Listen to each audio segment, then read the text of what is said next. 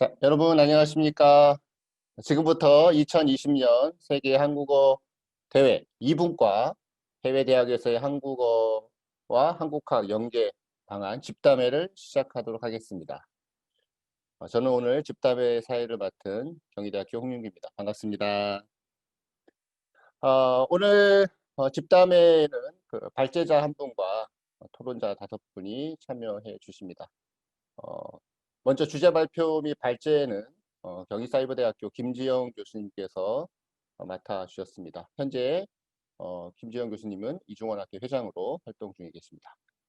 주제 발표에 대한 토론은 먼저 중국 화중사범대학교 백유범 교수님, 그리고 베트남 국립 하노이 외국어대학교 전띠흥 교수님, 그리고 체코 까렐 대학교 제마렉 교수님, 그 다음에 미국 듀크 대학교 김은영 교수님, 그리고 멕시코 나야리트 자치대학교 윤상철 교수님께서 해주시겠습니다.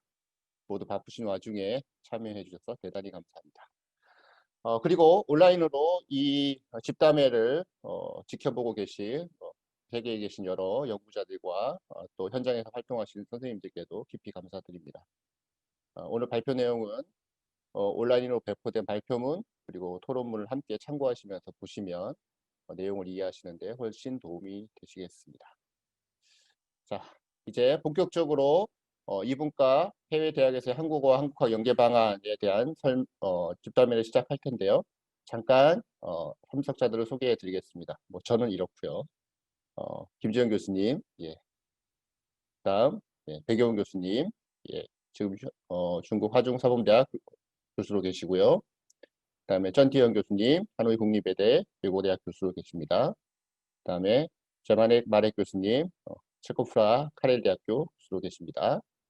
김은영 교수님, 미국 듀크 대학교 교수로 계십니다. 윤상철 교수님, 멕시코 나야리트 자치대학교 교수로 계십니다. 자, 이제 주제 발표를 듣도록 하겠습니다.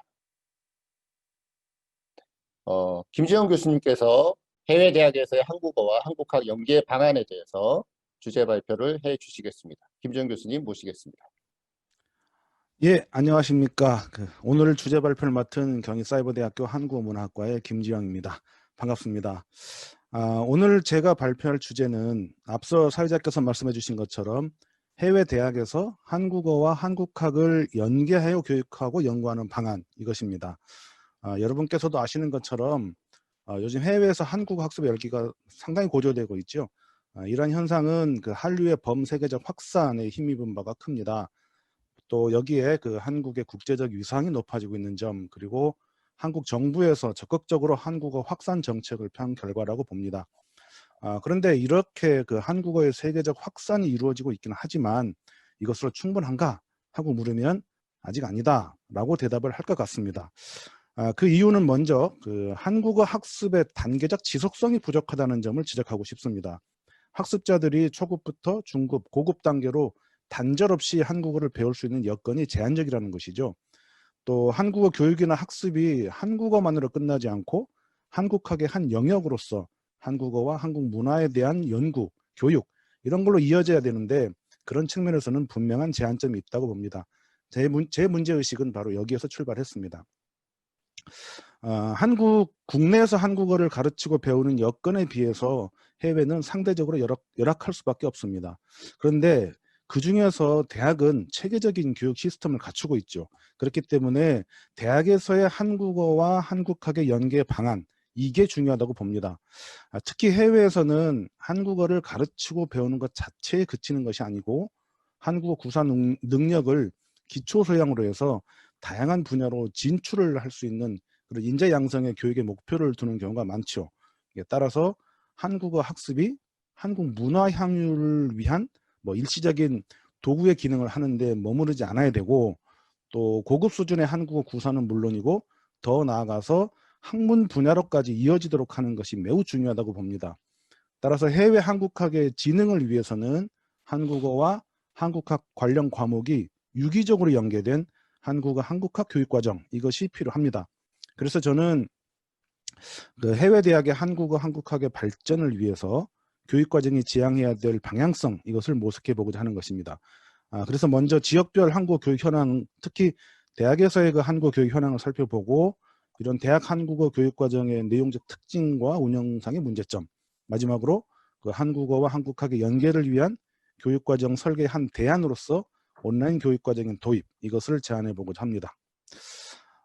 첫 번째 주제로 그 해외의 각 지역별로 한국어와 한국학 교육의 현황을 객관해 보면, 먼저 중국은 그 2000년대 중반에 대학을 중심으로 해서 한국어 교육에 대한 관심이 폭넓게 형성이 됐죠. 그 뒤로 현재 약 한 250-60개 대학에서 한국어 학과 형태로 교육 과정을 운영하고 있는 것으로 파악이 됩니다. 중국에서는 한국어와 한국학 교육이 상당히 오래된 역사를 갖고 있습니다. 그에 걸맞게 학부 과정은 물론이고 석사하고 박사 과정을 운영하는 대학도 상당수 있고, 또 교육 과정은 기초 단계부터 고급 단계까지 한국어 과목, 그리고 한국의 정치, 경제, 사회, 문화 이런 것을 아우르는 한국학 과목이 개설되어 있는 점을 들 수 있습니다. 그런데 이런 과목의 구성은 그 대학 교원의 구성과 일정 부분 연관되어서 대학마다 좀 다르게 나타나고 있습니다. 다음으로 동남아시아 지역입니다. 베트남이나 태국, 인도네시아 이런 동남아시아 국가들은 그 한류 확산에 힘입어서 한국어 학습의 열기가 고조되고 있는 가장 대표적인 지역이죠. 그래서 이런 동남아시아 국가들이 대학은 물론이고 중고등학교의 한국 교육 과정을 종교 교육 과정으로 편성하는 사례가 급증하고 있습니다. 그 중심에 베트남이 있다고 보는데, 베트남은 중국과 함께 그 한국어 교육의 성장세가 굉장히 빠르게 이루어지는 그런 나라입니다. 그래서 한국의 그 대베트남 투자라든지 또 한류로 인한 한국 문화에 대한 관심의 급증, 이런 것이 이유라고 생각이 되는데요. 이 대학의 한국어 교육의 규모가 커지면서 그 학과 차원에서 한국어 교육 과정을 운영하는 그런 걸 넘어서 학부 형태로 발전하는 대학도 나오고 있고, 또 현지에 진출한 한국 기업의 현지 교육, 직원 교육을 위한 위탁 과정, 이것을 운영하는 대학도 있고, 또 학과 자체를 한국 기업의 직원 전용으로 운영하는 그런 대학도 있는 것으로 파악됩니다. 그렇기 때문에 베트남 대학의 교육은 주로 한국어 과목에 집중돼 있고, 한국학 과목은 주로 개론적 수준에 머물러 있는 그런 것으로 파악됩니다. 다음은 유럽입니다. 유럽은 서유럽과 동유럽 지역이 약간의 차이를 보이기는 하지만 그 한국어 연구, 한국학 연구와 교육이 이 전통, 이런 것이 오래된 지역이죠. 특히 그 체코의 카를대에서 볼 수 있는 것과 같이 언어 교수에 초점을 두면서도 한국의 문학, 역사, 종교 이러한 그 인문학적 흐름을 강조한다는 점이 특징입니다. 그리고 북미 지역은 미국을 중심으로 해서 그 초기에 한국 정부의 지원으로 주로 그 정치, 경제, 외교, 특히 북한 관련된 그 한국학 연구가 이어져 왔는데, 최근에는 그 대학기관의 한국학센터, 또 한국학과, 뭐 현대언어학과, 뭐 동아시아학과 이런 학과에 그 한국어 강의가 개설되고 있습니다. 또 교양 과정에서 선택 과목이라든지 외국어 필수 과목으로 한국어 강의를 개설하는 대학들도 늘고 있죠.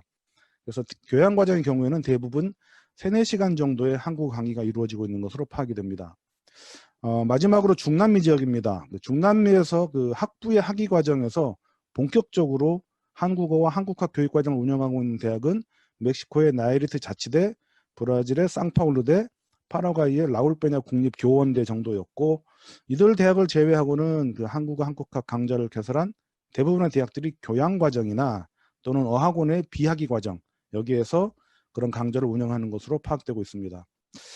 중남미 대학에서 학문적으로 운영되는 한국어 한국학 교육 과정은 아직은 그 초기적 양상이다, 이렇게 할 수 있고요. 따라서 한국어 과목도 초급 단계에서 고급 단계로 안정적으로 개설되는 경우는 드물고, 한국학 관련 과목 역시 개론적 수준이다, 이렇게 말씀드릴 수 있습니다. 자, 그다음에 두 번째 주제로 이러한 그 해외 대학의 한국어 한국학 교육 과정들이 가지고 있는 문제점 몇 가지를 짚어보면, 먼저 그 충분한 실수를 확보하지 못하고 있다는 점 짚고 싶고, 그렇기 때문에 두 번째로 초급 단계에 머물러 있고 중급이나 고급 단계로 이어지는 그 언어 교육의 연속성을 기대하기 어렵다, 이 점을 지적하고 싶습니다. 특히 이 문제는 그 전문 교수 요원의 수급, 이런 것과 맞물려 있는 어려움이기도 하죠. 그래서 다양한 한국어 교과목을 담당할 전문 교수 요원이 절대적으로 부족하기 때문에 한국 교육 과정상의 다양한 교과목 개선에 제한을 받을 수밖에 없습니다. 저는 그 해외의 한국어 교육, 특히 대학을 중심으로 한 한국어 교육은 언어 교육 수준에 머물지 않고 한국어를 포함한 한국학 전반의 심화 확대로 이어져야 된다. 이런 입장을 견지하고 있습니다. 그래서 그림에서 보시는 바와 같은데요. 한국어 과정은 한국학 과정의 기반으로서의 어느 학습 단계에 해당됩니다.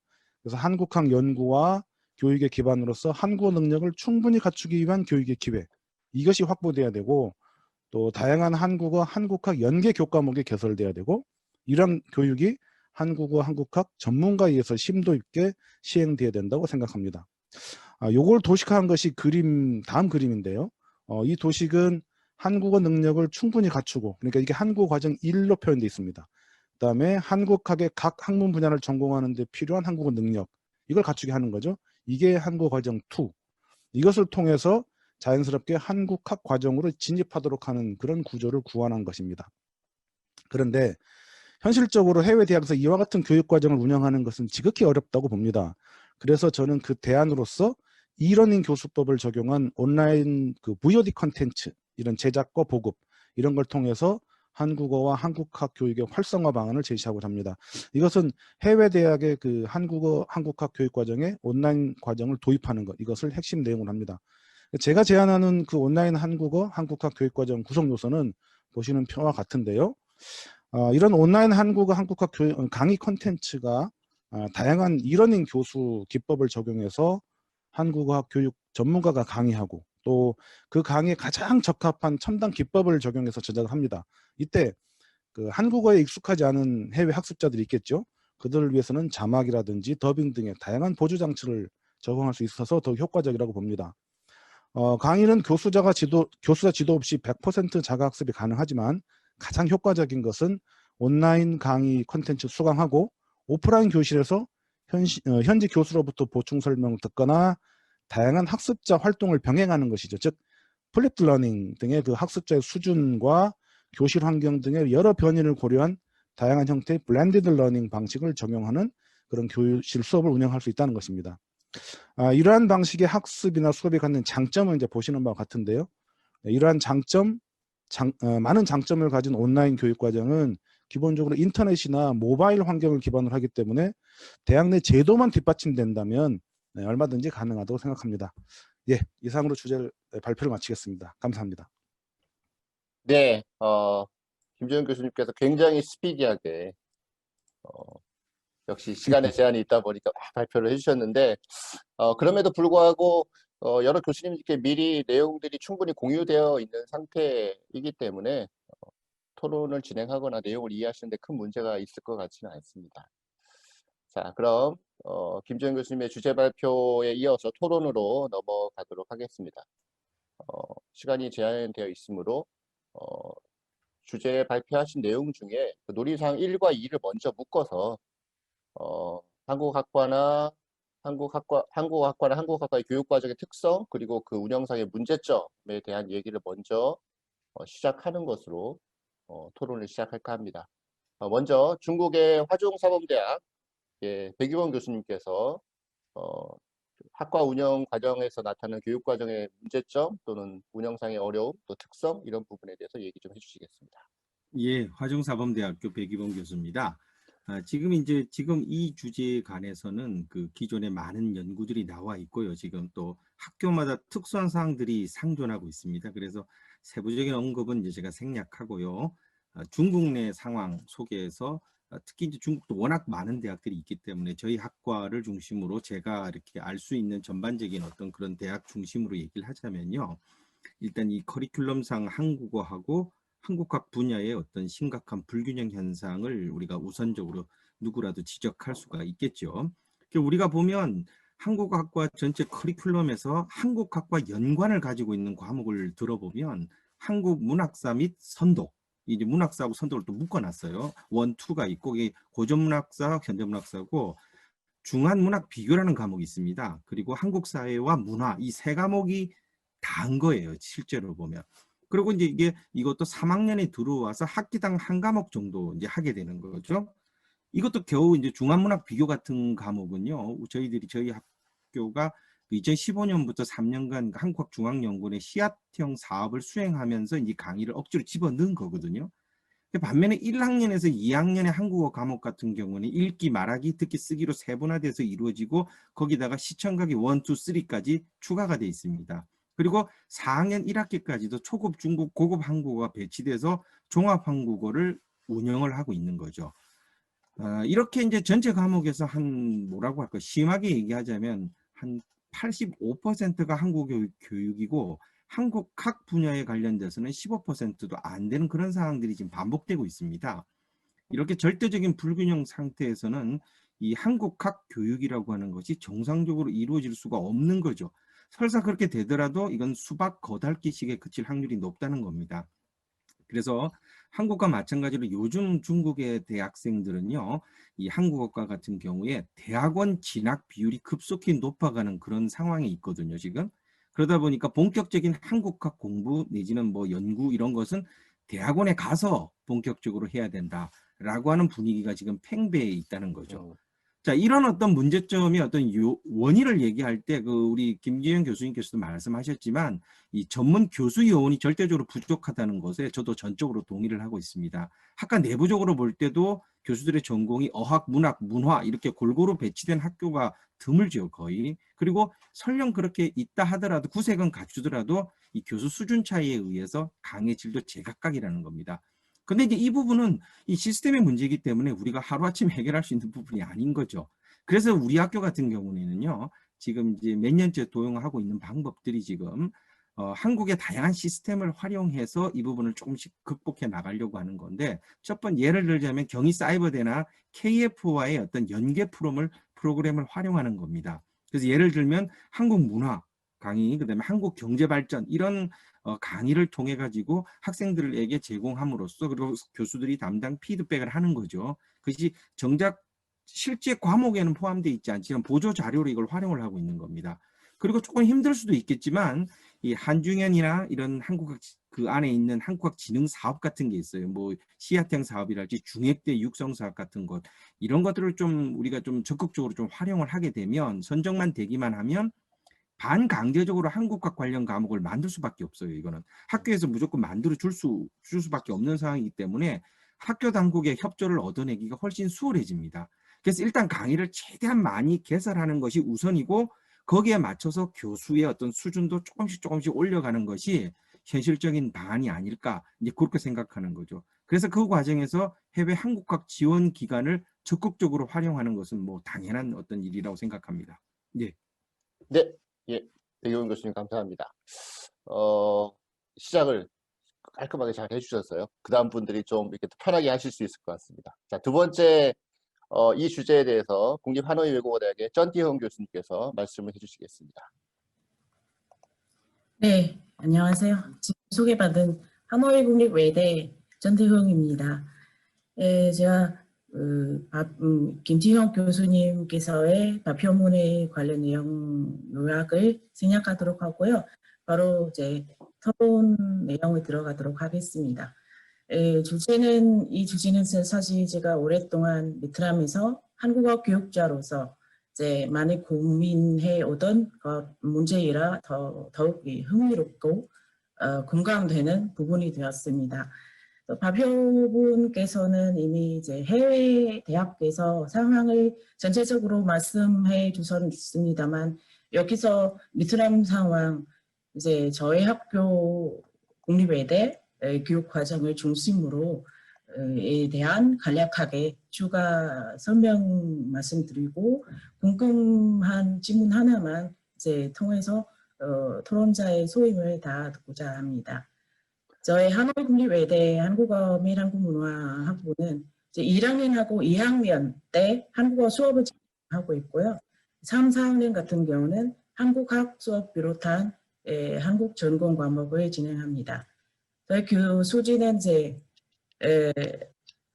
학기마다 늘어나고 있는데요. 지금 좀 42명 있고 그리고 그중에 베트남 선생님은 34명, 국내에서 거의 가장 큰 규모로 운영하고 있습니다. 학생들의 졸업 요금이 있는데요. 그 중에 하나 한국어 능력 시험 5급 아니면 그 시험 해당되는 저희 베트남 학교가 자체 개발된 외국어 능력 시험 C1 따야 합니다. 그래서 한국어 수업을 1학년하고 2학년 때 집중적으로 실시하고 있지만 학생들을 고급 단계로까지 이끌기에는 학교의 수업 시수로 충분하지 못할 수도 있습니다. 또한 저희가 이제 다른 학교 마찬가지로 교수진이 다른 학교보다 많은 편이지만 한국학을 전공하는 교수진은 극히 드물어 다양한 과목을 개설하기가 제한을 받고 있습니다. 이처럼 해외에서 한국학의 발전과 한국어 학습자들의 실력을 향상 위해서 발표자분께서는 제시하신 블렌드 러닝 방식은 아주 좋은 대안이라고 생각합니다. 다만 제가 좀 궁금한 것은 한국어 수업에서 플리프드 러닝 방식입니다. 저도 이제 온라인 교육에 대해서 지식이 많이 부족한 편이라 질문 좀 하나 드리고 싶은데요. 이 방식을 통해서 수업 실수의 부족 등 여러 가지 문제를 해결할 수 있는 것으로 알고 있습니다.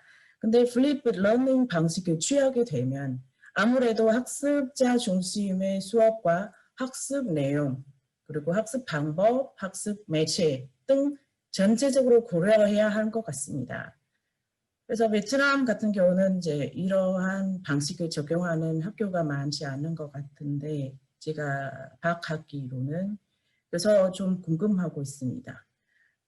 그 한국에서 아니면 해외에서 플립 러닝 방식을 어떻게 적용되고 있는지 그리고 사례에 대해서 설명해 주시면 감사하겠습니다. 네, 이상입니다. 네, 허 교수님 감사합니다. 갑자기 돌발 질문이 나와서 지금 발표자께서 약간 당황하실 것 같은데 조금 뒤에 끝에 부분에 마무리 단계에서 좀 얘기해 주시면 어떨까 하는 생각이 듭니다. 예. 다음은 미국의 듀크 대학교의 죄송합니다. 다음은 체코 카렐 대학교의 제마넥 마렉 교수님께서 토론해 주시겠습니다. 예, 안녕하십니까. 체코 카렐대학교 제마넥 마렉입니다. 예, 저희 사실 우리 대학에도 지금 이 학회에서 우리가 지금 생각하고 토론하는 문제를 최근에 많이 생각했습니다.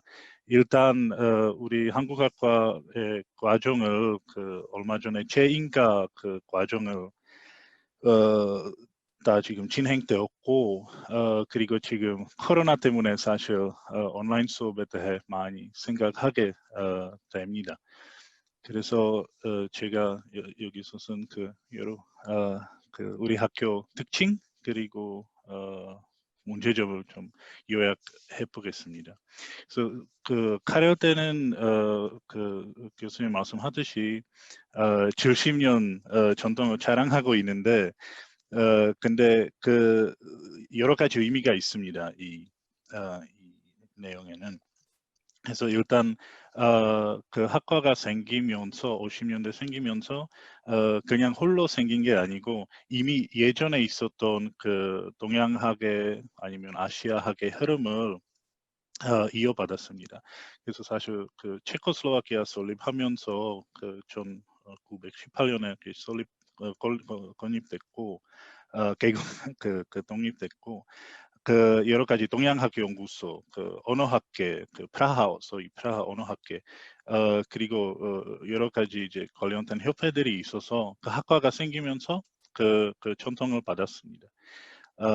그래서 다른 아시아학 전공, 특히 일본학과, 아니면 일본학, 중국학 분야와 관련하여 개발되었습니다. 사실 그 부분이 장점도 있고 단점도 있습니다. 왜냐하면 이제 장점은 우리 졸업생들 보면 좀 프로파일이 비슷합니다. 또 이제 문제는 우리가 커리큘럼 개설할 때 유연성이 좀 떨어집니다. 또 다른 아마 우리 학과의 특징은 지난 10년 동안 많이 커졌습니다. 원래 한국학이 이게 작은 그 학과였고 그 당시 그 70년대, 80년대, 90년대까지 교수 한 명, 두 명 정도 있었는데 지금 이제 6명까지 됐고 사실 그 부분은 그 한국의 지원을 많이 이제 받아서 일단 중핵 사업 지금 10년 동안 했었고 또 다른 KF 쪽에도 그 지원 여러 가지 프로그램이 있었기 때문에 사실 한국 쪽에서 도움을 많이 받았습니다. 그리고 또 역시 요새 한국에 대한 관심이 많죠. 또 말씀하듯이 이제 일단 그 K-팝도 있고 또 그 한국 기업들이 많이 들어오기 때문에 이제 아마 어디서나처럼 관심이 많습니다. 그럼에도 불구하고 우리가 이제 학생 수를 계속 소수로 유지합니다. 그래서 1년 한 15명에서 20명까지 그 학생 수를 이제 학생을 받아주는데 하지만 그 지원 수가 계속 늘어나고 있습니다. 그래서 사실 불만을 갖고 있는 그 지원자가 많습니다.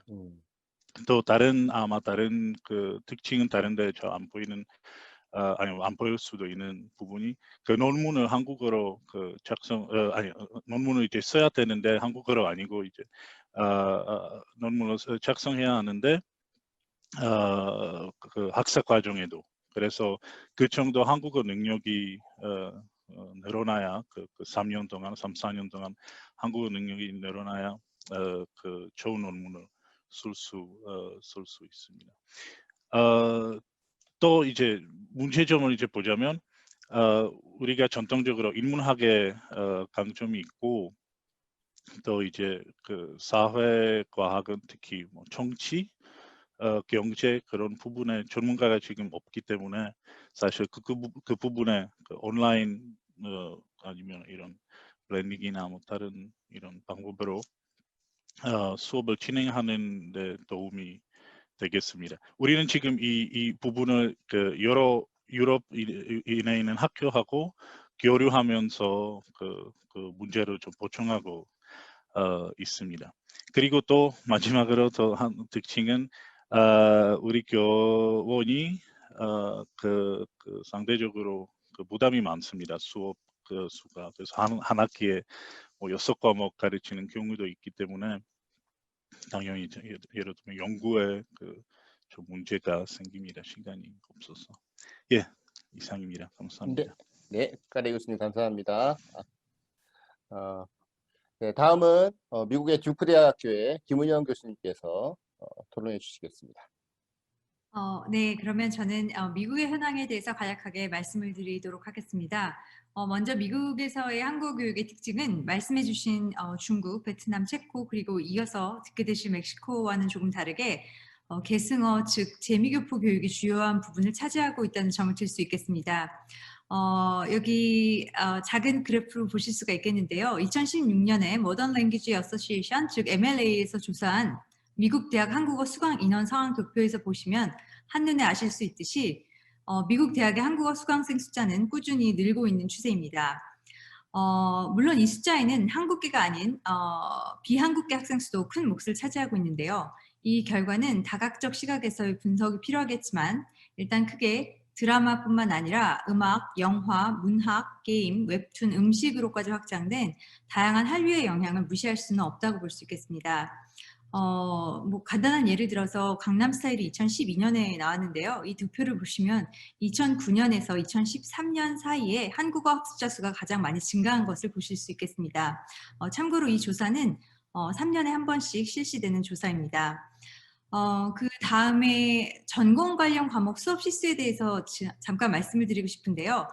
사실은 지금 다른 선생님들께서도 말씀을 해 주셨겠지만 미국은 상황이 조금 달라서 이 부분에 대해서는 조금 설명이 필요할 것 같습니다. 왜냐하면 미국 대학교의 전공과 부전공 시스템이 다른 나라와 조금 다르게 운영되기 때문입니다. 미국 대학의 전공 및 부전공은 자율 선택 체제로 학생의 선언, 즉 디클레어에 의해 결정됩니다. 간단하게 말씀을 드리면 학과 전공으로 들어오는 것이 아니라 학생이 각자 학교에서 자기가 듣고 싶은 관련 과목을 듣고 그걸 디클레어를 하게 되면 그 합산을 해서 전공과 부전공을 나중에 계산을 해서 인정을 하게 됩니다. 따라서 일단 일정 학점만 채우면 전공이 가능한 체제이므로 교양 수업과 전공 수업에 뚜렷한 구분이 없다는 점이 좀 특징이라고 들 수 있겠습니다. 따라서 다른 해외 학교의 한국어 및 한국학 전공 학생들의 커리큘럼하고 비교한다면 미국에서 한국어 및 한국학을 학부에서 전공한 학생들의 수업 시수는 비교적 적다고 볼 수 있겠습니다. 하지만 미국 내의 다른 여타 과목의 전공 수업 시수와 비교했을 때는 절대 적은 시수는 아닙니다.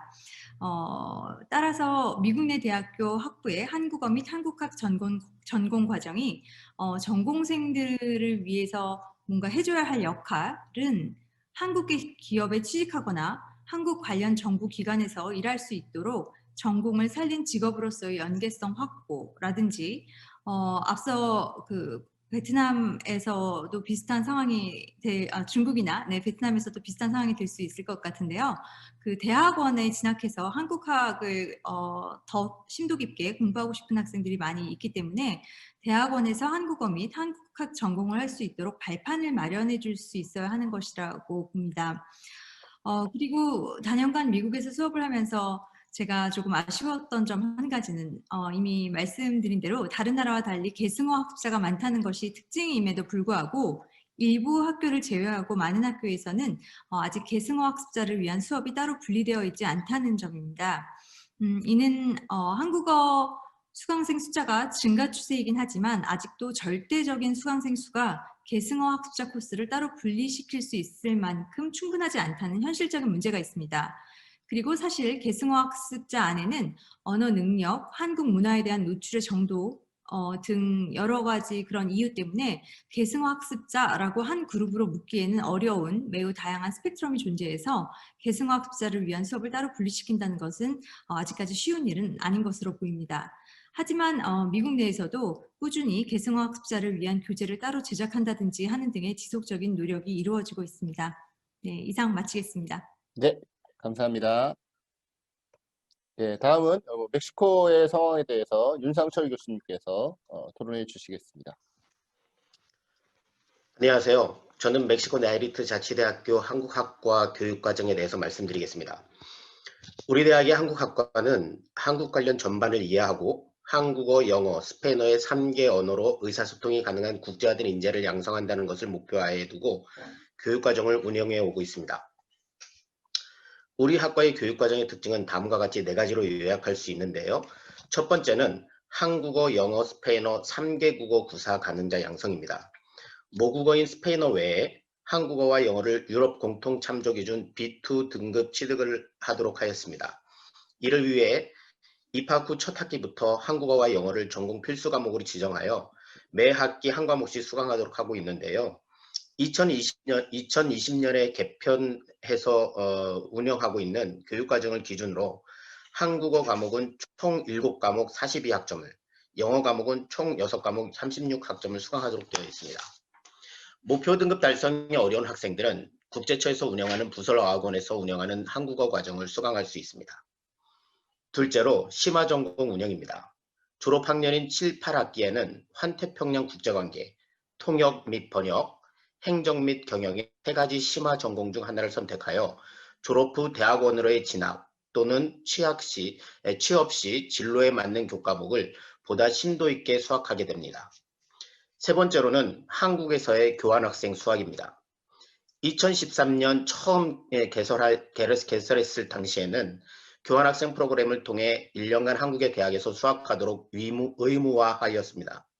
그러나 안타깝게도 지난 정부에서부터 야기된 멕시코 공교육 재정으로 인해 개편된 22년 교육과정에서부터는 한국에서의 교환학생 수학을 권고 수준으로 수정하였습니다.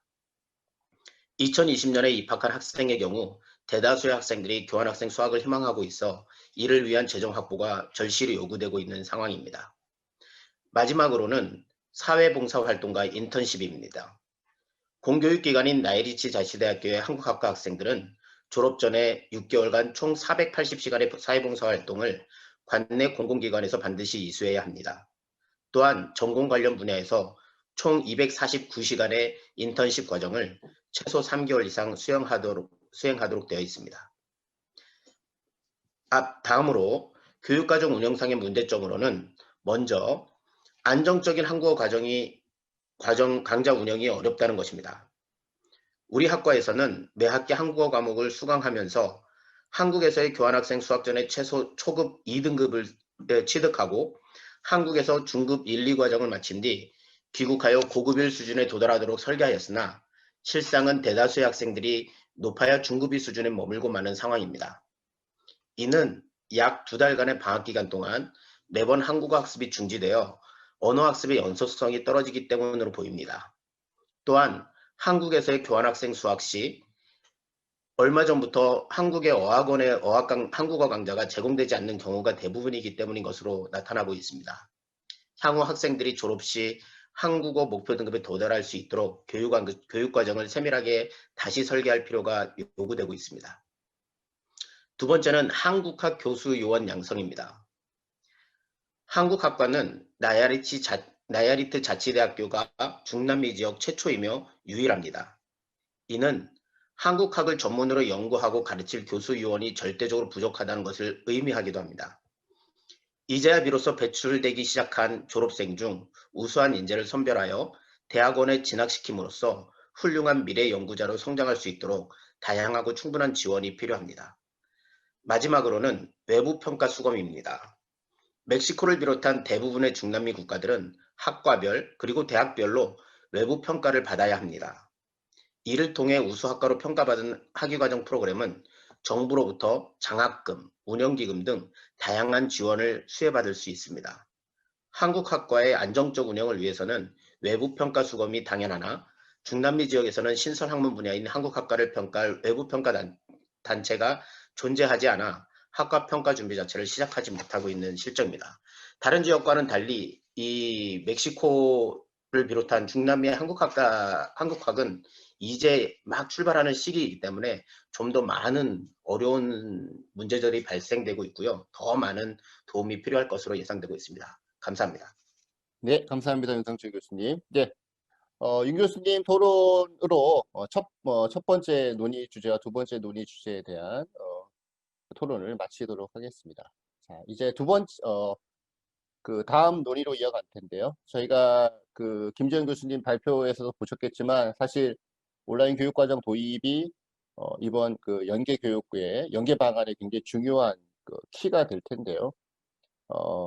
여러 대학에서 이런 과정을 또 그 현재 교육과정 운영하면서 어려운 점들이 많으셨을 텐데 김지현 교수님께서 그런 문제 해결 방안으로 온라인 교육과정을 도입하면 어떻겠냐라고 하는 강력한 메시지를 주셨는데 그 내용에 대해서 잠깐 김지현 교수님께서 얘기를 조금 짧게 해주시고 바로 첫 번째 순서와 같은 순서대로 토론을 이어가도록 하겠습니다. 먼저 김지현 교수님.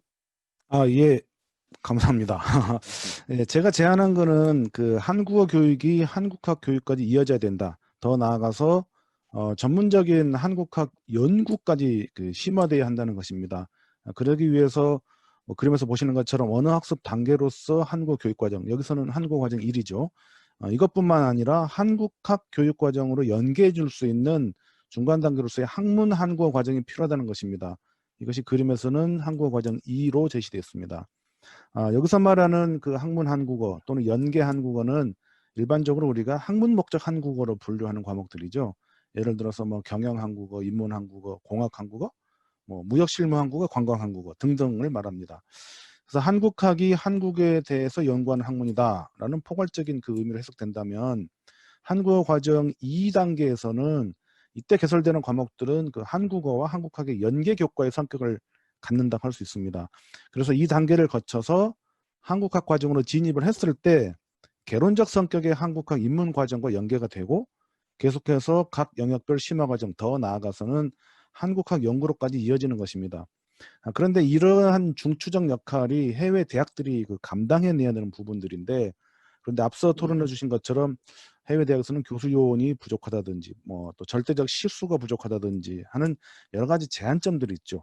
이것을 타개할 방안으로 저는 온라인 강의를 도입하자 이런 것이고 현실적으로 그림에 노란색으로 표시되어 있는데 한국어 과정 1, 2단계와 한국학 과정의 입문 단계 이것을 적용해 보자는 것이 핵심 내용입니다. 네, 알겠습니다. 자, 이 내용에 대해서 먼저 백이범 교수님 토론해 주시기 바랍니다. 예, 지금 이제 저는 이제 조금 논의가 전체 5가지가 있는 것 중에서 저는 이제 세 번째 거를 이제 한국학 과정 1에 대한 어떤 그 얘기를 먼저 하자면은요. 이게 이제 결국은 기존의 한국어 교육에서 보면은 초급 단계에서 고급 단계까지 기본적으로 행해지고 있는 과정을 말하는 거잖아요. 근데 이 현재 중국 같은 경우에 유통되고 있는 그 온라인 한국어 교육 과정이라고 하는 게 이 사이버대 교과목을 비롯해서 사설 학원들 그리고 또한 이 흥미가 있는 그 개인에 의해서 제작된 어떤 그런 것으로 아주 다양하게 나와 있습니다.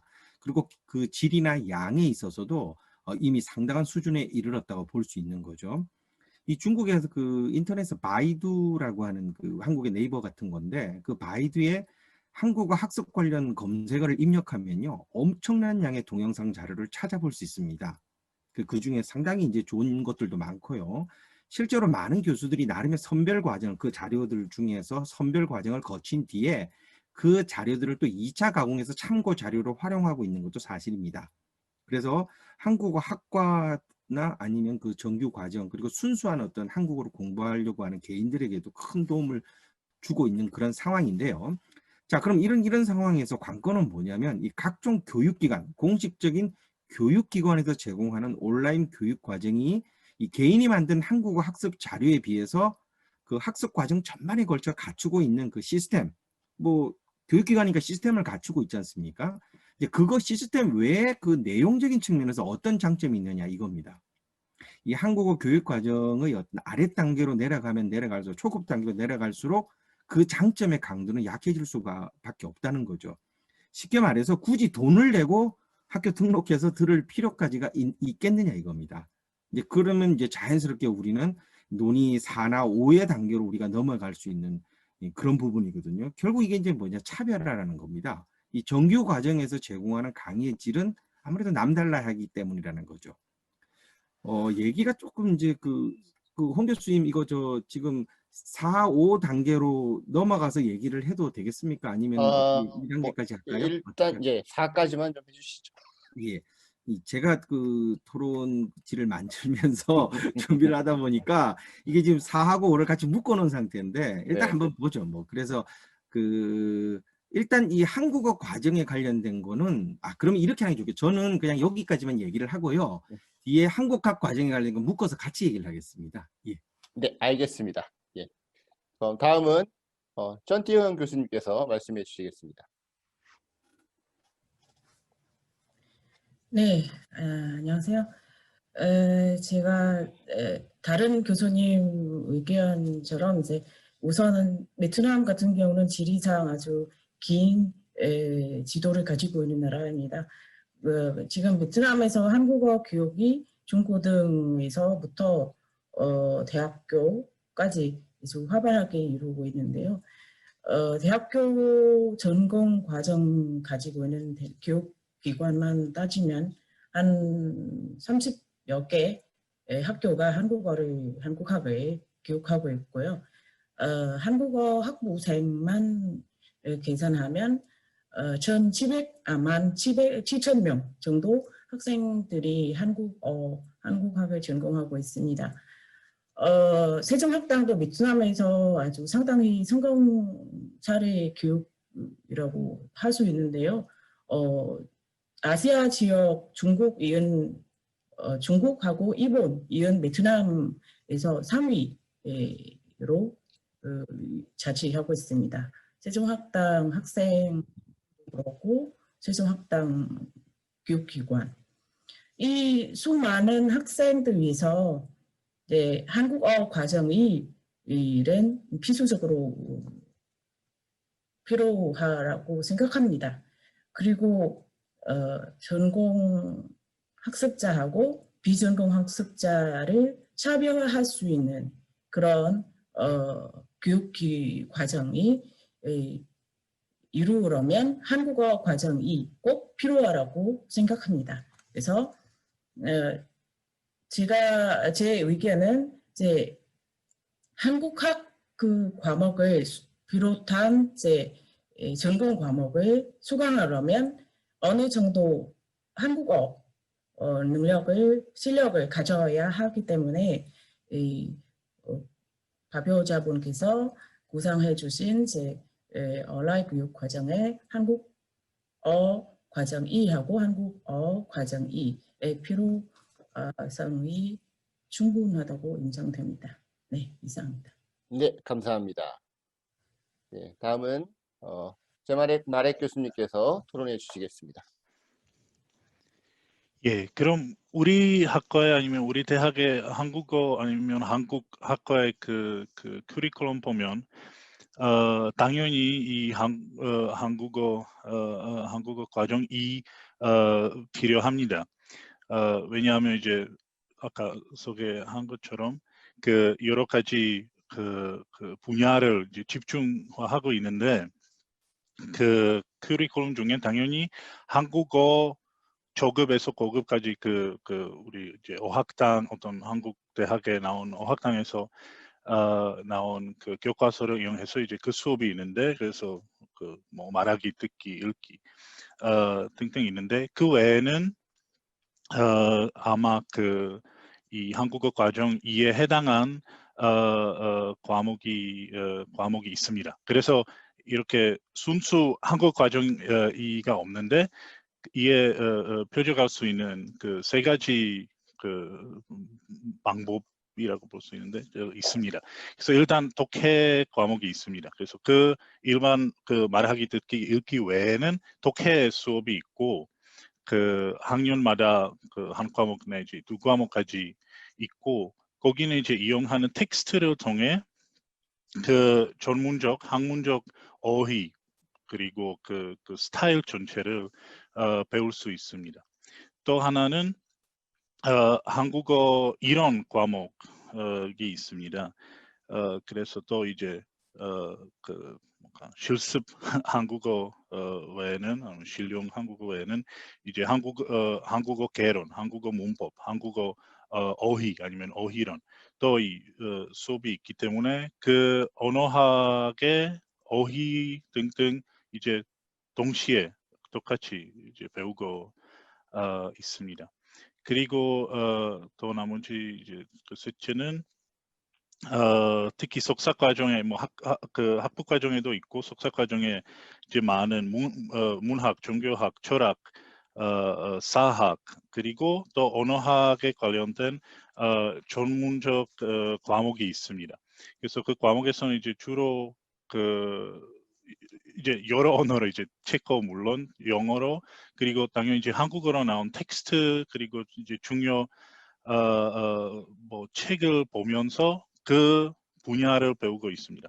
그래서 또 이제 이렇게 그 분야를 배우면서 당연히 그 문맥 전까지 다 배우고 있습니다. 근데 하지만 아까 또 설명 말씀드리듯이 떨어지는 부분이 있죠. 특히 사회학이나 아니면 또 이제 교수 말씀하신 뭐 무슨 관광 언어나 뭐 관광 한국어 등등 그런 분야는 우리가 가르치기 않기 때문에 당연히 이렇게 외부에서 어떤 교육 온라인 교육을 도입하면 큰 도움이 될 것 같다고 생각합니다. 감사합니다. 네, 교수님 감사합니다. 예, 다음은 김은영 교수님께서 토론해 주시겠습니다. 네, 이미 김지영 선생님께서 잘 말씀해 주신 것처럼 사실 해외 각 대학에서 한국어 그리고 아까 말씀하신 연계 학문으로서의 한국어, 그러니까 학문 한국어 그리고 한국과 관련된 다양한 수업을 개설하는 것이 이 해외 대학으로서는 상당한 부담과 함께 현실적인 문제로 어렵다는 점을 생각한다면 말씀하신 온라인 교육 과정은 매우 훌륭한 대안이 될 수 있다고 볼 수 있겠습니다. 게다가 2020년 전 세계에서 이렇게 코로나 상황을 겪으면서 말씀하셨던 온라인 교육, 플립 러닝, 블렌디드 러닝 등이 이제는 필수 사항이 되어버렸다고 해도 과언이 아닐 것 같습니다. 하지만 아직까지는 많은 시행착오를 겪고 있는 것으로 보이기도 합니다. 아까 그 중국 쪽에서는 좋은 상당히 바람직한 그런 온라인 그런 교재들이 많이 있다고 하셨었는데요. 사실은 적절한 대학생 수준에 맞는 그런 좋은 적절한 질적으로 적절한 그런 교재를 온라인상에서 구하는 것이 그렇게 쉬운 방법 같지는 않았습니다. 예를 들어서 급하게 온라인 수업이라고 하면서 기존의 교실 수업 스타일의 수업을 그대로 영상으로 담아서 전달하기만 하는 등 이 온라인 수업의 특성과 장점 또는 이 온라인 수업이라는 것은 내용과 더불어서 지금 이용하는 예를 들어서 이 줌이라는 플랫폼의 특성을 잘 활용해서 학생들과 어떻게 하면 상호작용할 수 있는지까지를 살리는 그런 수업을 진행하는 기간이 많지 않은 것 같다라는 생각이 들었습니다. 따라서 앞으로 온라인 수업의 특징을 잘 살려서 각 언어학습 단계에 적절한 다양한 활동 및 시도를 포함한 수업이 진행된다면 전체 수업 구성 내실화에 크게 기여할 수 있을 것으로 보입니다. 다만 관건은 이상적인 모델을 어떻게 구체화시켜서 현실화할 수 있는지에 대한 것이라고 봅니다. 따라서 앞으로 지속적으로 각 대학의 커리큘럼을 잘 반영한 다양하고 좀 질 높은 그런 온라인 교수 자료 및 교수법의 제공이 해결해 나가야 할 과제가 될 것이라고 생각을 하고요. 이에 따라서 적절한 온라인 교육에서의 학생 평가 제도도 또한 후속 과제로 이어져야 할 것 같다라는 생각이 들었습니다. 여기까지입니다.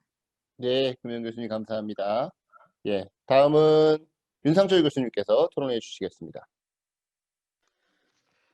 네, 우리 학과의 교육과정은 매 학기 한국어 관련 과목을 한 과목씩 수강하는 방식으로 구성되어 있다고 앞에서 이야기했는데요. 앞에서 언급한 바와 마찬가지로 학습자들이 졸업 시 목표 등급인 고급일 수준에 도달하는데 결국엔 실패하고 말았습니다. 이 발전문의 그림 2에서 제시한 한국어 기반 한국학 교육과정 모형은 우리 학습자들의 한국어 능력을 최대한으로 끌어올릴 수 있을 것으로 판단됩니다. 다만 한국어 과정 2를 수행하는 동안에 한국학 영역에 대한 학생들의 지적 갈증을 채워줄 수 있는 기계적인 장치가 마련되어야 할 것으로 봅니다. 또한 이 한국학 과정 및 한국학 연구 단계에서도 한국어 실력이 퇴보하지 않도록 할 방안 역시 고려되어야 할 것 같습니다. 이에 초기에는 한국어 과정을 최대로 하고 한국학 과정을 적게 시작하는 방법을 쓰고요. 점차 한국어 과정의 양을 줄이면서 한국학 과정의 양을 늘려 마지막에는 한국학 과정의 양이 최대치가 되도록 하면 좋을 것 같습니다. 김은영 선생님께서 말씀하신 것처럼 코로나19로 인한 팬데믹 상황을 통해 온라인 수업의 가능성이 이미 필수 불가결한 상황이 되어버렸고 나아가서 이를 위한 인프라 역시 이젠 충분히 개선되어져 있는 상황입니다. 이에 중남미와 같이 한국학의 첫걸음을 내디딘 지역에서의 한국학 교육과정에 온라인 교육과정을 도입하는 것은 영내 한국학 성장 및 정착에 크게 도움이 될 것으로 봅니다. 감사합니다. 네, 감사합니다. 예. 아마도 시간이 한정돼 있다 보니 교수님들 마음도 좀 급해지신 거 아닌가라는 생각이 좀 듭니다. 예, 저도 좀 마음이 급한데, 예, 이제 마지막 논의 주제입니다. 이제 이 한국어 한국학이 좀 자연스러운 연계를 위해서 입문 단계에서 한국학 강좌, 그러니까 개론적인 강좌가 개설되고 확대되어야 한다라는 제안을 주제 발표를 통해서 김주영 교수님이 해주셨는데, 이에 대한 의견을 우리가 간략하게 좀 듣도록 하겠습니다. 아까 말씀 중간에 그 다음 논의에서 계속 얘기하겠다고 하셨던 백유범 교수님부터 먼저 말씀 듣도록 하겠습니다. 예, 그 아까 얘기가 이제 한국어 과정 1에 대한 얘기의 부분이었죠. 이건 결국은 이제 우리가 그 어떤 나라마다 다 상황은 다르겠지만 어느 정도의 중국 같은 경우는 상당히 좀 앞서 있는 상황이니까 그런 자료들이 광범위하게 돼 있기 때문에 좀 더 이제 그 중국에서의 한국어 학습자를 유혹할 수 있는 그 시스템 이외의 어떤 다른 어떤 그 뭔가 질적인 면의 어떤 차별점에 대해서 좀 고민을 해봐야 될 것이다라는 부분을 말씀드렸고요. 이번에는 이제 그 한국어 과정 2에 대한 얘기죠. 이거는 결국 다양한 분야의 한국어를 말하는 거죠. 예를 들면 뭐 중국 같은 경우는 비즈니스 한국어, 관광 한국어, 심지어는 과학 한국어라는 과목도 있어요. 이게 그래서 이제 이런 어떤 중국 내에서도 이 분야 교과서가 상당히 나와 있는 상황입니다. 몇 종씩 이렇게 나와 있는데요. 실제로 학과 커리큘럼에 있는 해당 과목들이 있습니다. 있기 때문에 거기에 맞춰서, 그러니까 학교가 정책적으로 그 과목을 만든 거죠. 그러니까 그 과목을 만들었으니까 누군가는 강의를 해야 되고, 교재가 없다 보니까 그 선생들이 교재를 직접 이제 쓰게 되는 거죠. 그래서 결국은 이 중국 내 한국어 학과의 커리큘럼이라고 하는 것은 지역이나 학생들의 선호도 등 이 내부적인 어떤 필요성보다는 교수 구성이나 학과장의 개인적 판단 등등의 어떤 외부적 필요성에 의해서 짜이는 경우가 많아요, 보면. 그래서 학습 내용도 보면 비즈니스 과정에서 접하게 되는 어떤 핵심 용어들, 뭐 회화, 읽기를 중심으로 구성되는 거죠. 제가 근무했었던 그 대외경제무역대학이라는 데가 있는데, 거기는 칭마오 단판, 뭐 번역하자면 뭐 경제무역 협상이라고 할까, 이런 과목이 있는데요. 여기서는 학생들이 비즈니스상의 어떤 회화와 읽기를 공부를 합니다. 근데 이게 말 자체는 무슨 과목 자체는 칭마오 단판 이렇게 돼 있지만, 시중에서 판매하고 있는 일반인 대상의 비즈니스 회화책하고 별다른 차이가 없어요, 보면. 새롭게 발전하는 어떤 경제 상황을 반영하지도 못하고 있고요.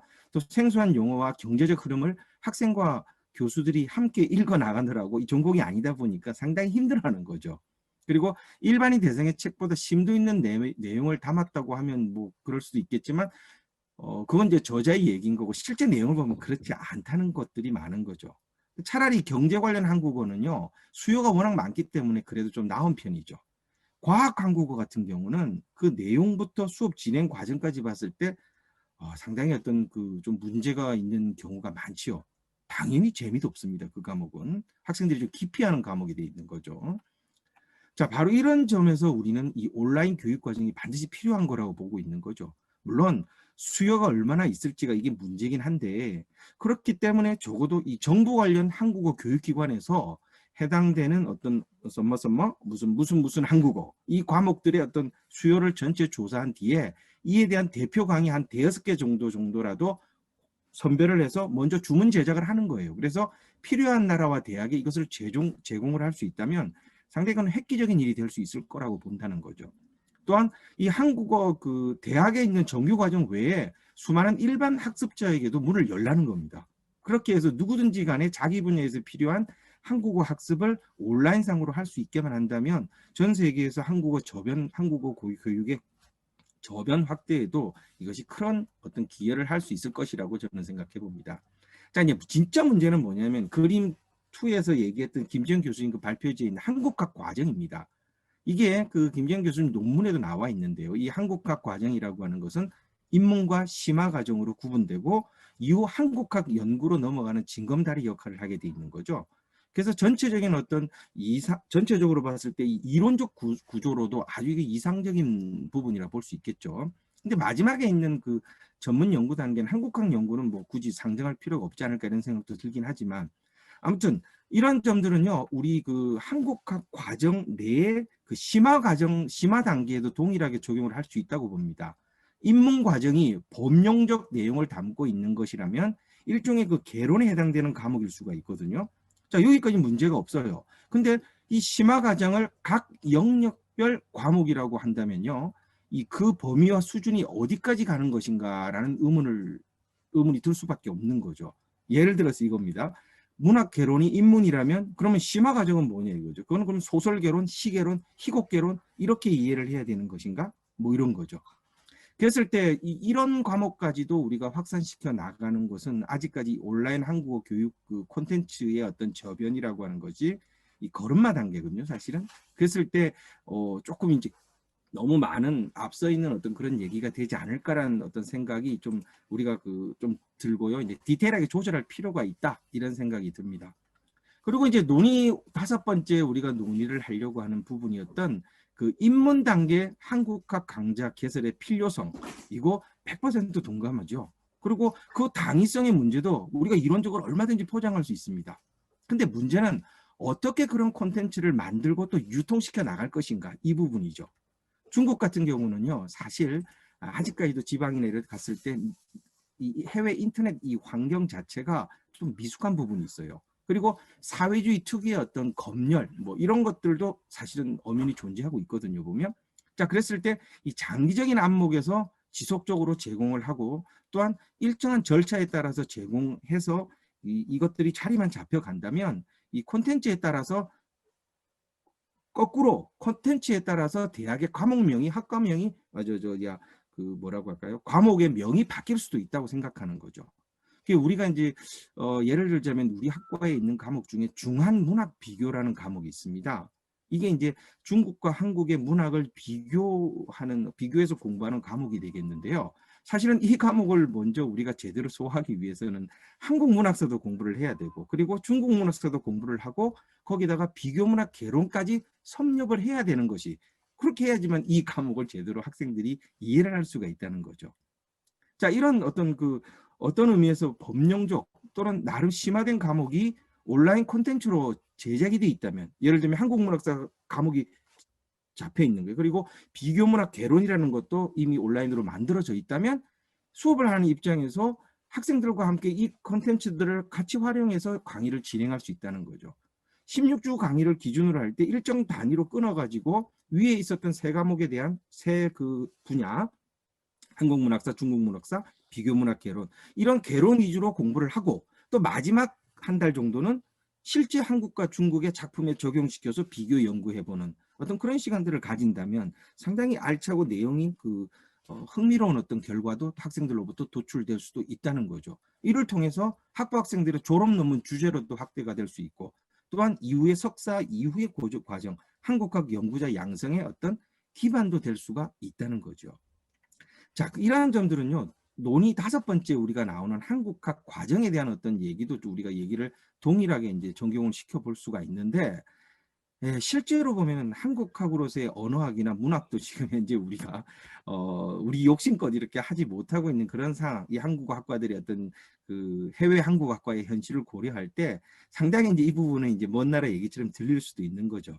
근데 다만 지금처럼 이 한국 경제 발전이랄지 한류와 대중문화 뭐 이런 등등 전 세계적인 어떤 수요가 존재하고 있는 이 특정 분야에 대한 어떤 콘텐츠를 이 어떤 시류에 맞춰서 지속적으로 제작하고 업데이트를 시켜줄 필요가 있다는 거죠. 그러면 각 대학의 상황에 맞춰서 이것을 보조 교재로 사용하는 등 활용도는 교수의 전망과 능력에 따라서 충분히 그것은 올려나갈 수 있을 거라고 본다는 거죠. 하지만 이 제한된 어떤 재화를 우리가 이제 분배돼서 써야 하는 어떤 그런 상황이지 않습니까? 보면 그랬을 때 이 현재 한국어학과의 현실에 맞게 언어학과, 문학 제 분야에 먼저 맞춰서 한국학 과정 콘텐츠를 먼저 우선적으로 만드는 것이 훨씬 더 현실적이지 않을까 이제 그런 생각을 해봤습니다. 예. 네, 감사합니다. 예, 다음은 전태용 교수님께서 말씀해 주시겠습니다. 네, 마지막 논의에 대해서 시간 관계상 제가 아주 간략하게 의견을 드리도록 하겠습니다. 위처럼 언급했듯이 한국학을 전공하는 베트남 학습자 비롯한 외국인에게 특히 이 입문 단계에 한국학 강좌에 개설해 주셔야 될 것 같습니다. 한국인이 아닌 외국인 입장에서 한국학을 깊이 학습하고 연구하려면 기본적인 지식을 학습해야 체계적으로 한국학 교육 및 한국 연구를 할 수 있기 때문입니다. 현재 베트남 대학교의 한국학 교육 및 연구는 입문 단계라고 볼 수 있는데요. 제가 얼마 전에 베트남은 30여 개의 대학교의 교육 과정 좀 연구하고 있습니다.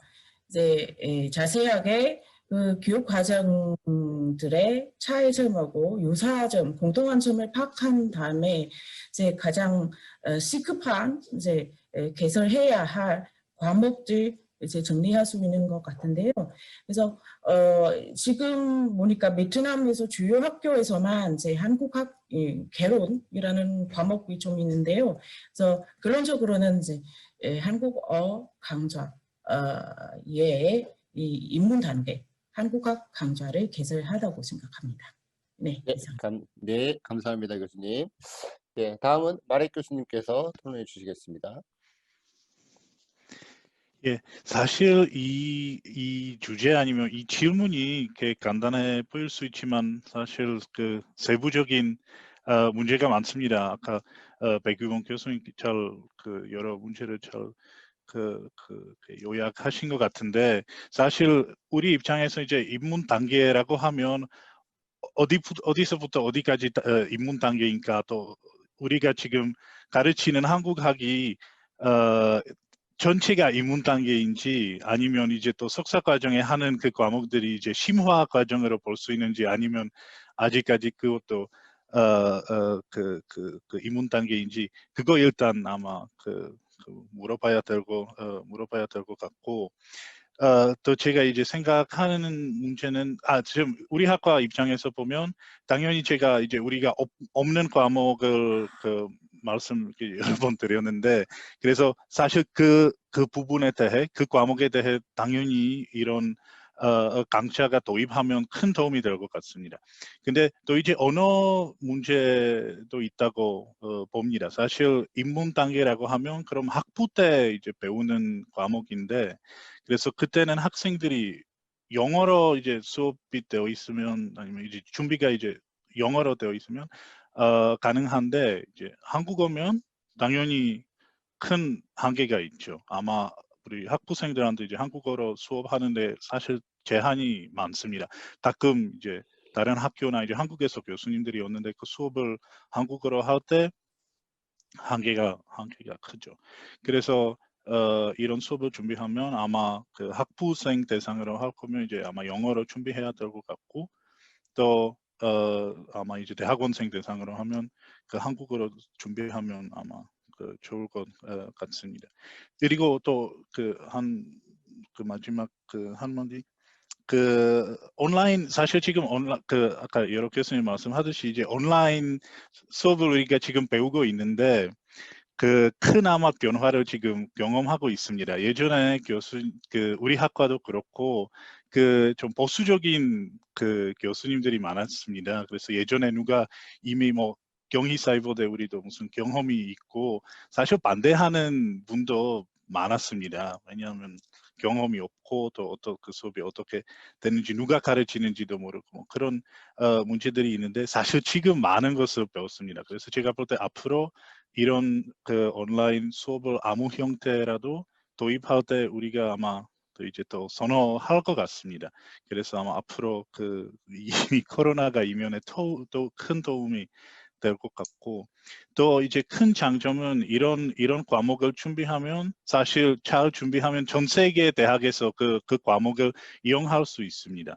그래서 또 어떻게 보면 제가 말씀드린 것처럼 우리 학과는 이제 학생 수가 적고, 그래서 사실 심화 과정까지 생각하면 몇 명이 들을 것 같은데, 그런 과목을.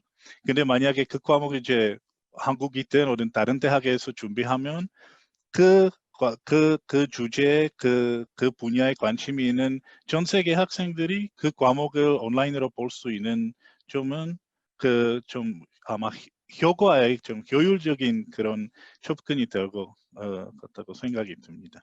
예, 감사합니다. 네, 교수님 감사합니다. 예, 다음 김은영 교수님께서 서론해 주시겠습니다. 네, 지금 네, 마렉 선생님께서 입문 단계라는 것에 대해서 말씀을 해주셨는데요. 저도 약간 반성을 좀 하면서 입문 단계가 뭘까라는 것에 대해서 간과했다는 생각을 좀 했습니다. 근데 제가 생각한 입문 단계 같은 경우는 저희의 경험상 한국 역사의 이해, 한국 사회의 이해라든지 그런 대학교에서 일반적으로 실시되고 있는 그런 개론 또는 시작 단계의 입문 학 또는 한국학 입문 과정이라고 생각을 하고 말씀을 드리도록 하겠습니다. 그래서 미국의 경우라면 이런 입문 단계 한국학 강좌 개설의 필요성은 매우 긍정적으로 생각해 볼 수가 있을 것 같습니다. 미국에서는 언어 교육에서도 사실 21세기를 맞아서 5C라고 하는 외국어 교육 과정의 통용 기준을 제정하여 미국 내에서 가르치는 모든 언어가 이 기준을 바탕으로 커리큘럼 및 수업을 구성할 수 있도록 하였습니다. 이 기준은 의사소통을 기본으로 문화적인 내용, 다른 과목과의 연계, 비교, 그리고 다른 공동체에 대한 관심 및 참여 등의 내용을 포함시키고 있어서 언어의 형식적인 부분뿐만 아니라 그 내용을 강조하게 되면서 목표 및 목표 문화에 대한 내용을 더욱 보강하게 되었습니다. 하지만 언어 수업에서 제공되는 내용에는 그 한계가 있을 수밖에 없습니다. 따라서 목표 관련 문화, 사회, 정치, 역사 등 대학생들의 지적 요구에 응하는 깊이 있는 적절한 한국학 강좌가 개설된다면 언어 수강 동기부여에도 많은 영향을 미칠 것 같습니다. 하지만 이런 관련 강좌는 반드시 학습자들의 제1 언어, 즉 미국이라면 영어로 제공을 해야 된다고 생각을 합니다. 조금 전에 마락 선생님께서도 말씀을 해주셨고 이병 선생님께서도 대안으로 자막이나 더빙을 말씀을 해주셨었는데요. 사실 그 봉준호 감독이 수상 소감에서 했던 유명한 말이 있죠. 1인치 자막의 벽을 뛰어넘길 바란다. 라고 말을 했을 정도로 미국 사람들이 사실 자막이나 더빙 같은 것에 익숙하지 않은 문화를 가지고 있는 것 같습니다. 앞으로 고쳐나가야 하겠지만요. 그래서 일단은 제1 언어인 영어로 제공하는 것을 바라고 있고요. 그 중요한 이유는 한국학 내용 관련 수업을 대학생들의 지적 수준에 맞춰 구성해 주려면 학생들의 모국어로 개설해 주는 것이 바람직하다고 보기 때문입니다. 또한 한국어 수강생뿐만 아니라 영어로 수업이 제공이 된다면 다른 전체 학생들, 한국어 수강생이 아닌 전체 학생들을 수업의 대상으로 할 수가 있어서 한국 전반에 관한 관심의 저변을 넓히는 데도 이바지할 수 있지 않을까라는 생각이 들었기 때문입니다. 여기까지입니다. 네, 감사합니다, 교수님. 자, 이제 마지막으로 윤상철 교수님께서 논의해 주시겠습니다. 네, 여러 선생님들의 의견을 들어보니 조금 그 한국학 입문, 한국학 그 심화 과정이라는 부분의 경계가 상당히 각 지역에 따라서 상황에 따라서 좀 경계가 좀 모호하다라는 생각이 들고요. 특히 뭐 이제 뭐 중국처럼 이 뭐 중국 백이범 교수님께서는 아직도 뭐 많이 부족하다고 말씀을 하시지만 이미 많이 앞서 나간 국가에서는 이미 그 설정 자체를 상당히 높이 잡아놓고 말씀을 하신 것 같고 저희 같은 경우는 전혀 상황이 다른 상황인 거죠. 그러니까 제가 들었을 때는 어떤 생각을 한 거냐면 뭐 한국학 입문 뭐 그러면 이제 Introduction and Estudios Coreano 그러니까 한국학 전반에 대해서 조금씩 알려주는 그래서 전반에 대해서 일반적으로 알려주는 그런 정도로 저는 처음에 생각을 한 거거든요. 만약에 그런 것이라면 사실은 크게 필요하지 않다고 저는 보는 거고요. 그래서 이제 제가 이제 토론문을 처음 보내드렸을 때도 그런 입장에서 보내드렸던 거고 그런 게 아니라면 뭐 백유범 선생님이나 다른 선생님들께서 말씀하신 그런 것이라면 저도 동의를 합니다. 똑같이 동의를 해서 그런 정도의 각 영역별로 입문 단계의 그런 것이라면 저희들에게도 크게 도움이 될 거라고 보고 있습니다. 여기서 한 가지 조금 강조를 해드리고 싶은 거는 오히려 학습자들에게 이 입문 단계에서 한국학 연구 방법론 이런 과목들을 만들어서 제공을 해주시면 어떨까 하는 제안을 드립니다. 왜냐하면 사실은 해외에서 하는 한국학들이 대부분 보면 자기 나라와 자기 언어권과 그리고 한국을 비교하는 경우가 상당히 많은데 자기 나라에 있는 모든 자료나 이런 것들에 대해서는 충분히 찾을 수 있고 연구를 할 수가 있어요. 그런데 이제 한국에 있는 자료를 찾고 어떻게 연구를 해야 되고 어떤 좋은 자료를 신뢰할 수 있는 자료를 찾을 수 있는가 이런 것들에 대해서 학생들이 몰라서 사실은 연구 자체를 모형을 만들 때 애초에 포기하는 경우가 상당히 많거든요. 그래서 입문 단계에서는 오히려 그런 쪽으로다가 조금 좀 집중해서 그 포인트를 조금 맞춰주시면 어떨까 하는 제안을 드립니다. 이상입니다. 감사합니다. 네, 토론의 제안까지 더해 주셨습니다. 예, 뭐 선생님도 지금 이미 이제 시간을 예상해서 아시겠지만 저희가 시간을 뭐 최소 15분 이상 초과했습니다. 뒷부분이 잘릴지 모르겠네요. 네, 농담이고요. 저희 최대한 살려서 사무국과 논의해서 선생님들의 귀한 의견들이 내용에 잘 담겨서 전 세계에서 연구하는 학자들과 연구자들에게 함께 소통되고 논의될 수 있도록 하겠습니다. 예, 다 마지막으로 또 개별 또 이렇게 소감을 듣고 싶으나 아시다시피 시간이 그러하므로 마무리를 좌장의 권한으로 마무리를 하도록 하겠습니다. 예, 오늘 발표뿐만 아니라 발표를 준비하시기 위해서 긴 시간 그 원고를 다듬고 또 내용을 정리해 주신 우리 김지영 이중환학 회장님 그리고 중국 화중사범대학교의 백유원 교수님, 그다음에 그 국립하노이외국어대학교의 쩐티형 교수님, 그다음에 체코 카렐 대학교의 마넥 교수님, 그다음에 듀크 대학의 김은영 교수님, 멕시코 나야르트 자치대학교의 윤상주 교수님 모두 감사합니다. 귀한 시간 이 대회를 위해서, 이 집담회를 위해서 내주신 점 진심으로 감사드립니다. 예. 이상으로 오늘 집담회를 모두 마치도록 하겠습니다. 안녕히 계십시오.